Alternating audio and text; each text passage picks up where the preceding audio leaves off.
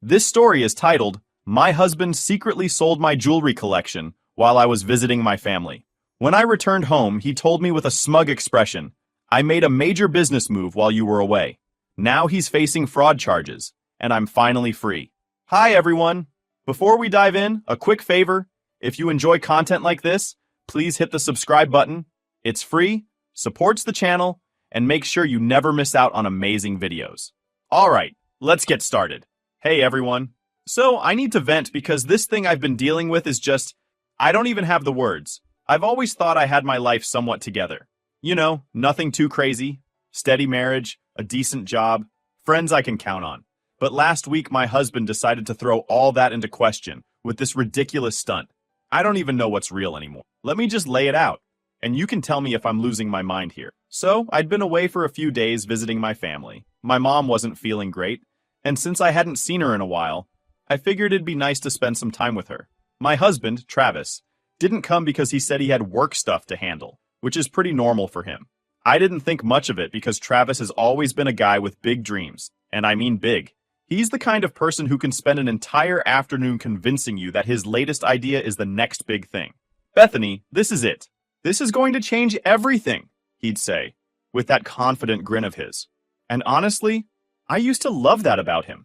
He was ambitious, driven, and full of ideas. But with Travis, those big ideas didn't always come with big follow-through. He'd dive headfirst into something, throw everything he had into it, and then, when it didn't pan out the way he wanted, he'd move on to the next brilliant plan. I can't even count the number of projects he started and abandoned. There was the app he wanted to build, the online store he was sure would go viral, and that time he wanted to flip houses even though we didn't have the money to buy one, let alone renovate it. Anyway, fast forward to when I get back. I walk through the door, dragging my suitcase behind me, and there's Travis, sprawled on the couch like he's king of the world, with a grin on his face. The kind that says, I just pulled off the best thing ever, and he wastes no time in telling me, I made a major business move while you were gone. At first, I thought maybe he got a promotion or closed a big deal, and I was ready to be all supportive wife and whatnot. But then he hits me with, I sold your jewelry collection. I froze. My brain just stopped working for a second, because I couldn't process what he just said. My jewelry collection? The one I've been building for years? The pieces that mean everything to me? And not to mention the sheer value of it. Those weren't cheap trinkets. My collection was worth thousands. Some of the pieces had been appraised for insurance purposes, and I knew for a fact that a single item could cover a month's mortgage. I asked him to repeat himself, hoping I'd misheard, but no. He doubled down like he'd just discovered the secret to eternal life. Bethany, it's brilliant. I sold every piece, and it funded my new business venture. You're going to thank me when this takes off. I stood there, stunned. My jewelry wasn't just some random trinkets you grab off a rack. It was my collection, built over years with meaning behind every piece. Some were heirlooms from my mom and grandma. Others were rewards to myself, like the gold necklace I bought after landing my first real job, or the diamond bracelet my mom wore on her wedding day. Every single one held a memory, a story. And now, according to Travis, they were gone. When I finally managed to speak, my words came sharp. What gives you the right to sell something that isn't yours? You didn't even ask me. Do you have any idea how much that collection was worth? Those weren't just sentimental, they were worth thousands of dollars, Travis. Pieces I worked for, saved for, cherished. He brushed off my words like I just complained about the weather. Oh, come on, Bethany. It's not like you even wore half of it. It was just sitting there collecting dust. Now it's actually doing something productive. I couldn't believe what I was hearing. Travis, that wasn't your call to make. That collection was mine. You had no right to touch it, let alone sell it. I demanded. Where is it, Travis? Who did you sell it to? Tell me right now. My voice shook as I struggled to keep from screaming. But he didn't even look up from his phone. It's gone, Bethany. Sold. Why do you even care so much? It's not like it was doing anything useful sitting in a drawer. That was it. Useful? You think you've done something noble here? I snapped. You've stolen from me, Travis. This isn't just about some jewelry. It's about trust. How could you do this and think I wouldn't care? He finally looked at me, but not with remorse. Instead, there was that infuriating smugness, like he was still convinced he'd done the right thing. Bethany, this is bigger than your attachment to shiny objects. I used them to create an opportunity, one that benefits both of us. You're unbelievable, I spat. You stole from me, and now you're trying to justify it. I'm not asking for an explanation, Travis. I'm demanding the truth. Where is my jewelry? But he just stood there, unmoved. It doesn't matter where it is. It's gone. You don't need to know the details. What matters is what I'm building. His refusal to answer made my stomach twist. The audacity. The arrogance. It was like I was staring at a stranger. You don't get to decide what matters, Travis, I said, my voice colder now. You don't get to take what isn't yours and hide behind excuses. I will find out where my jewelry is, and you will be held accountable. And with that, I walked out of the room, leaving him with his delusion. But one thing was clear. I wasn't letting this go. That night, I couldn't sleep. I just kept staring at the empty spot in my dresser where my jewelry box used to be. I wanted to scream, cry, and destroy the house, all at the same time. But then, I remembered something. A few months ago, there had been a string of burglaries in our neighborhood, and I'd gotten paranoid about my valuables. I'd bought these little tracking devices online, tiny things that you could hide in jewelry clasps or on the back of a pendant. At the time, it felt like overkill, but now it felt like a stroke of genius. I got out of bed and grabbed my phone, opening the app that came with the trackers. I wasn't expecting much. I figured the devices might be dead or out of range by now. But when the screen loaded, I was totally shocked. There they were, little red dots on a map, showing the exact locations of my pieces. One of the dots was at a consignment shop downtown. Another had already made its way to some industrial warehouse across the city. One was moving, like actively changing locations as I watched. I had that satisfaction. Travis thought he'd gotten away with this, but he had no idea what I'd done. I spent the rest of the night scrolling through the app, watching as my jewelry traveled from place to place. Each piece felt like a breadcrumb leading me to the truth. By the time the sun came up, I knew one thing for sure. I wasn't going to let Travis get away with this. But I also knew I couldn't just blow up on him without a plan. He's the kind of person who talks circles around you until you start questioning your own sanity. If I was going to confront him, I needed to have all my ducks in a row.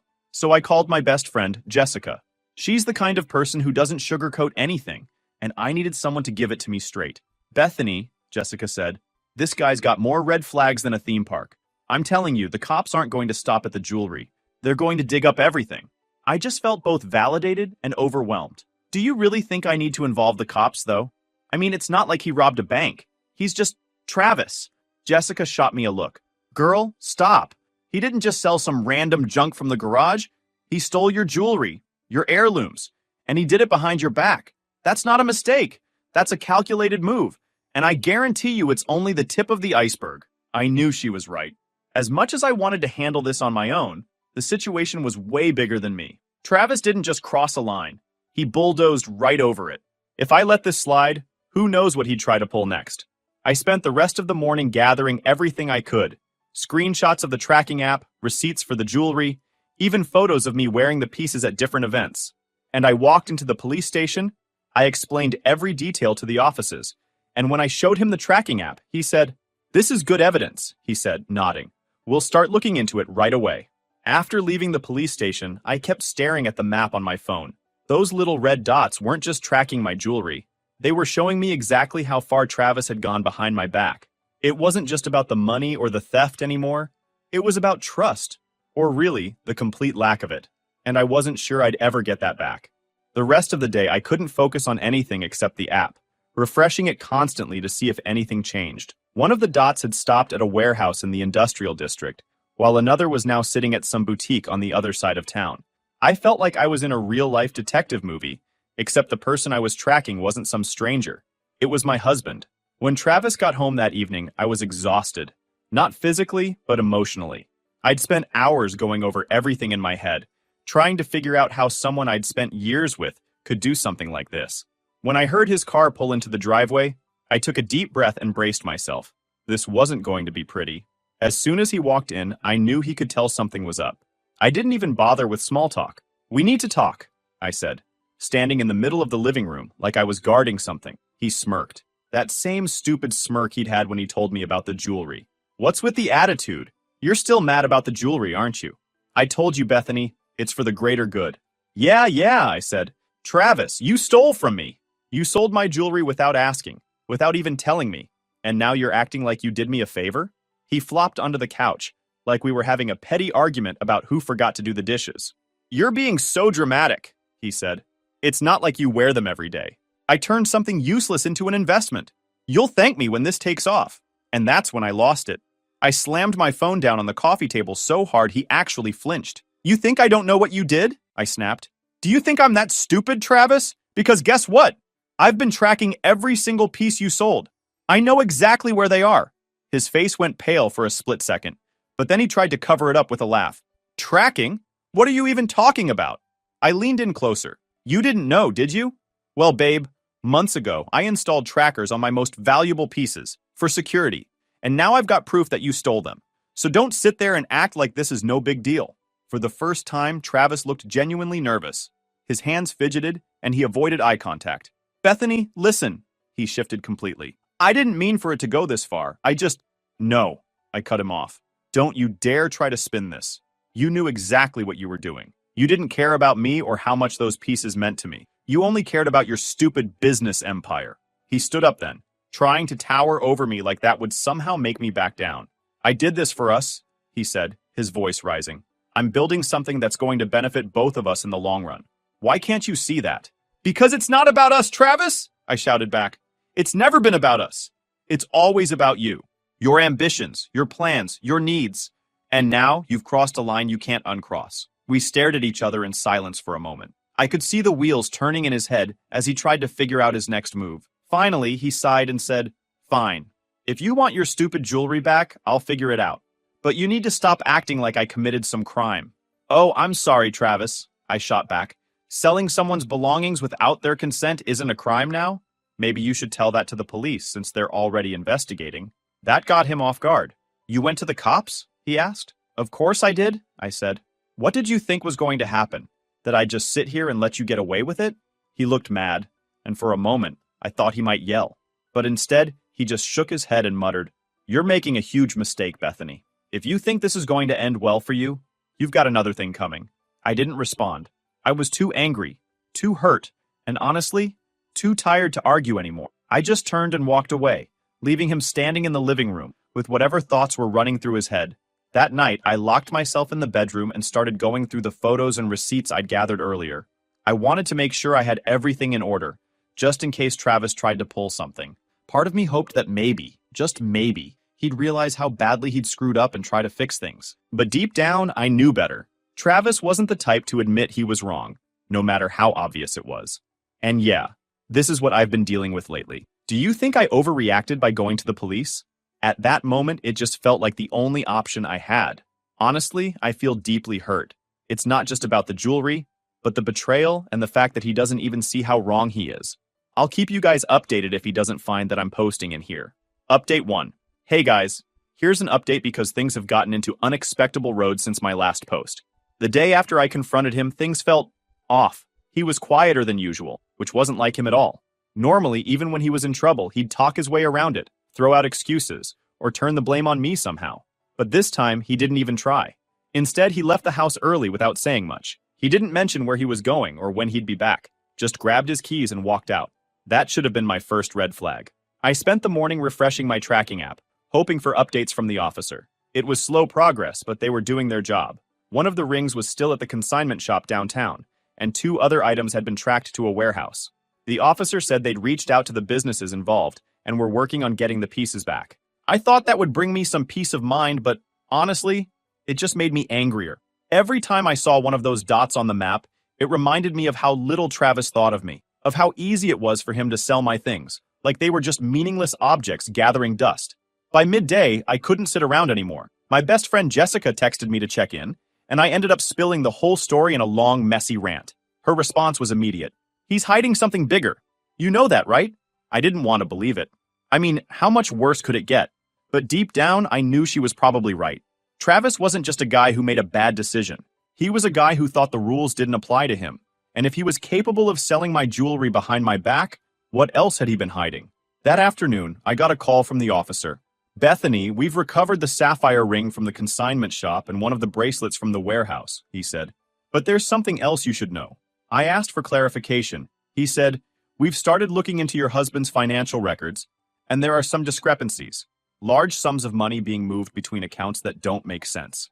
I sat down hard on the couch, my head spinning. What kind of discrepancies? Potential fraud, he explained. It looks like he's been funneling money into separate accounts, some tied to his business, and others under different names. We're still investigating, but this could be bigger than we initially thought. fraud, separate accounts, different names. My mind couldn't process it all at once. This wasn't just about my jewelry anymore. This was about Travis building his so-called empire on lies and deception. Am I in trouble? I asked. Not at this point, the officer reassured me. But you'll want to keep your finances separate moving forward. If you have any joint accounts, consider consulting a lawyer to protect yourself. As soon as I hung up, I felt like the floor had been ripped out from under me. Things are getting worse than I anticipated. I don't know if I'm doing the right thing. It feels like things are getting fractured. What do you think I should do next? Should I even continue in this relationship anyway? Update 2. Hey again. In my last post, most of you in the comments suggested that I confront him. So I did, but it didn't lead anywhere. Instead, things got messier. How it went. When Travis came home the other evening, I was ready for him. I'd spent the entire afternoon gathering every piece of financial information I could find. Bank statements, receipts, anything that might give me a clearer picture of what he'd been up to. I didn't know how much of it would make sense, but I figured it was better to be over-prepared. He walked in, saw me sitting at the kitchen table with stacks of papers, and immediately looked defensive. What's all this? He asked. Sit down, I said. We need to talk. Again? He muttered. But he sat anyway, folding his arms like a teenager caught sneaking out. I didn't waste time. The police are looking into your finances, I said, watching his reaction carefully. They think there's fraud involved. Accounts under different names, money moving around without explanation. Do you want to tell me what's going on? For a second, he looked like he might deny it, but then he smirked. This cold, calculated smirk. So now you're spying on me too? That's rich. Don't, I said sharply. Don't try to turn this on me. You did this, Travis. You sold my jewelry, and now the police are finding even more. So tell me the truth. What's really going on? He leaned back in his chair. You wouldn't understand. This is business, Bethany. Big moves require risks, and sometimes those risks don't look pretty. I stared at him, baffled with the audacity. You call stealing from me a risk? You call fraud a risk? Travis, this isn't just unethical, it's illegal. His face darkened. You don't get it, do you? Everything I'm doing is for us, for our future. You're so focused on your little trinkets that you can't see the bigger picture. I slammed my hand on the table. Don't you dare try to justify this. You didn't do this for us. You did this for you. You're selfish, Travis. You always have been. But I was too blind to see it. He stood up yelling, You think you're so righteous, don't you? Going to the cops, digging through my business. You're sabotaging everything I've built. Built on lies, I shot back. If you think I'm just going to sit here and let you ruin everything, you're wrong. I'm not the naive little wife you think I am. At that moment, I saw a flicker of something in his eyes. Fear, maybe, or realization. But it was gone as quickly as it came. He stormed out of the room, slamming the door behind him. That night, I called Jessica and told her everything. The fraud, the confrontation, the fact that Travis seemed more angry than remorseful. What do? I asked her. She said firmly, First, get a lawyer. This is bigger than just getting your jewelry back, Bethany. You need to protect yourself, financially and legally. I hated that she was right, and that this was where my marriage had ended up. But I couldn't ignore the reality anymore. Travis wasn't just reckless, he was dangerous. And if I didn't take action, I'd be the one left cleaning up his mess. The next morning, I made an appointment with a lawyer Jessica recommended. As I sat in her office explaining everything, she said, You're doing the right thing, she said. We'll start by securing your personal assets and filing for separation. The sooner you distance yourself financially, the better. After that meeting with the lawyer, I knew I'd taken the first real step toward reclaiming my life. For so long, I'd let Travis make decisions, bulldoze over my boundaries, and justify his selfishness under the guise of ambition. But this time, I was done playing along. I was going to fight for myself, something I should have done a long time ago. When I got home, I opened my laptop and started going through every financial document I could find. Bank statements, credit card bills, even old receipts. I was determined to untangle myself from whatever web Travis had spun. I didn't trust him anymore, not with my things, not with my money, and definitely not with my future. I spent hours combing through everything, making a list of all our joint accounts and anything with his name attached to it. It was overwhelming, to say the least. There were charges I didn't recognize, transfers that didn't make sense, and entire accounts I didn't even know existed. By the time I was done, it was late, but Travis still wasn't home. I wasn't surprised. After our fight the night before, he'd been avoiding me like the plague. I wasn't complaining. I needed the space to figure out my next move. The next morning, I scheduled a bank appointment to separate my finances from Travis's, knowing I had to act quickly to protect myself. At the bank, I requested to remove my name from joint accounts and secure my personal assets, despite feeling out of my depth. The clerk explained they'd need documentation of my lawyer's separation filing to freeze the joint accounts and protect my funds. Though the idea of freezing accounts made me nervous about Travis's reaction, I reminded myself this was about safeguarding my future. As I left the bank, I got a text from Jessica asking, "How's it going? Any updates?" I filled her in on what I'd been doing, and she responded almost immediately, "Proud of you. This isn't easy, but you're handling it like a boss." Her words gave me a small boost of confidence. It wasn't much, but it was enough to keep me going. That's it for today's update. I'm honestly grateful for Jessica standing by my side since I can't tell my parents about all this, because they will only get worried and not help much. I'm mostly worried about my jewelry, because after all this, I want at least to get my jewelry back. Don't you think? Update 3. Okay guys, guess what? I got some news about my jewelry. Do you remember the last call with Jess? Well, later that day after I posted that update, I got another call from the officer handling the case. "Bethany, we've recovered more items from your collection," he said. "A necklace and a pair of earrings were traced to a private auction house. The auctioneer has agreed to return them once we confirm ownership." That brought tears to my eyes. For weeks, it had felt like everything I cared about was slipping through my fingers. But now, little by little, things were starting to come back. "Thank you," I replied. "I can't tell you how much this means to me." "There's more," he continued. "We've uncovered additional financial discrepancies tied to your husband's business. It appears he's been using funds from the sale of your jewelry to cover other debts. The investigation is expanding." For me, it was validation that I wasn't crazy. Travis really was hiding things. However, it also meant the situation was even messier than I'd thought. That evening, Travis came home, and I could tell right away he was in a mood. He slammed his keys on the counter and gave me a look that was half angry, half defeated. "What did you do at the bank?" he demanded. I didn't flinch. "I'm separating my finances," I said plainly. "You've left me no choice." He laughed bitterly. "No choice? You're acting like I've committed some heinous crime. All I did was make a business move, Bethany. One that's going to pay off for both of us if you just stop fighting me on it." I shot back. "You mean fraud? Because that's what the police are calling it. And if you think I'm going to stand by and let you drag me down with you, you're delusional." His face twisted into something ugly. I can't decide whether it's anger, fear, or desperation, but all rolled into one. "You've been talking to the cops?" he hissed. "You really want to destroy everything I've worked for, don't you?" "You destroyed it yourself, Travis," I said firmly. "The second you decided my things were yours to sell. The second you started lying and hiding money. You did this, not me." For a moment, he looked like he might argue, but then he just stormed out of the room. I stood there, wondering how the hell we'd gotten to this point. A few hours later, he texted me saying, "You'll regret this." I will be lying if I said I wasn't afraid, but I also knew that the law was on my side. The next day, my lawyer reviewed my updates and reassured me that separating my finances now was crucial, especially with the investigation likely uncovering more. I also asked her about my jewelry. She confirmed it could likely be recovered if still traceable. That seemed like I wasn't just taking control of my finances or my possessions, I was taking control of my future. Travis had spent years convincing me that his dreams were my dreams, that his success was our success. But now I was starting to see things clearly for the first time. This wasn't about him anymore, it was about me. But he wasn't going down without a fight, and it was clear he was trying to claw his way out of the mess he created. What he didn't realize or refuse to admit was that his every move just tightened the noose. One morning, I woke up to a notification from the bank. Travis had tried to access one of the accounts I'd separated. His attempt was flagged and blocked, thanks to the safeguards my lawyer had helped me put in place. It was a petty move, but it showed me just how desperate he was becoming. The next day, I decided to get ahead of whatever Travis was planning. Since he sent me that, "You'll regret this" text, I went to the bank to triple-check my accounts and confirm he couldn't access anything. The banker reassured me that everything was secure, but I couldn't shake the paranoia. Travis had always been good at finding ways to manipulate a situation to his advantage. That evening, my lawyer called with an update. "The DA's office is filing formal charges against Travis for fraud, theft, and tax evasion," she said. "This is a major step forward." I felt a mix of relief. What happens next? "He'll be served soon," she said. "But be prepared. He might lash out when it happens. Just document everything and let me know if he does anything threatening." She didn't have to tell me twice. I forwarded her the text Travis had sent earlier that week. "You'll regret this." "That's exactly the kind of thing I need to know about," she said.